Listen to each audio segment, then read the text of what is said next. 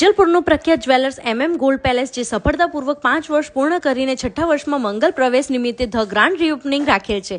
તો દરેક લોકોને ભાવભર્યું આમંત્રણ છે અને આ નિમિત્તે એક્ઝિબિશન સ્પેશિયલ ઓફર સાથેનું આયોજન પણ કરેલું છે, જેમાં મુખ્ય અતિથિ તરીકે વેજલપુરના ધારાસભ્ય અમિતભાઈ ઠાકર પધારવાના છે. અને અત્યારે તો સ્પેશિયલ ઓપનિંગ ઓફર પણ તમને મળી જવાની છે, જેમાં 9 થી 15 તારીખ સુધી એક્ઝિબિશન રાખેલ છે, જેમાં તમને હોલસેલ ભાવમાં દાગીના મળી જશે.